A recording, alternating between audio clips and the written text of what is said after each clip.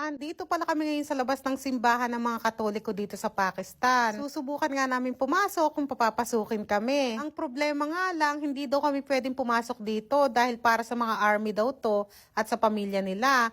Pero pwede daw kaming pumasok kung kukuha kami muna ng permit. Kaya lumarga na kami. Pupunta naman kami sa iba kasi nasa 4 yata yung Christian church dito sa Multan eh. Susubukan namin sa iba. Ayan nga.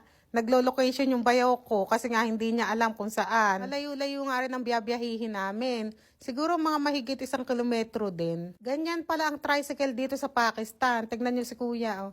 Parang ang lonely-lonely naman niya. Ito naman yung sumunod na pinuntahan namin. Ang kaso nga lang ay mga kulang 10 minutes na siguro kami dito busina ng busina ng busina ay walang lumalabas. Siguro sarado. Maliit lang yung simbahan na ito kung ikukumpara mo sa kanina. At dahil wala nga lumalabas ay lumarga na naman kami. Ito naman yung pangatlo naming pinuntahan. Yung nakikita nyo na yun, yung mataas na yun. Ayan. Kaso ang sungit-sungit ng security guard dito.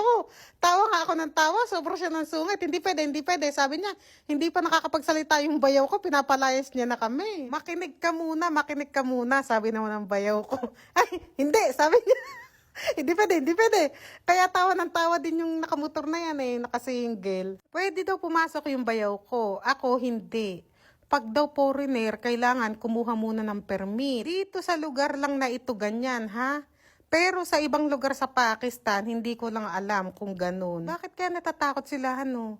Iniiwasan siguro nila yung mga spy-spy ganun, ano?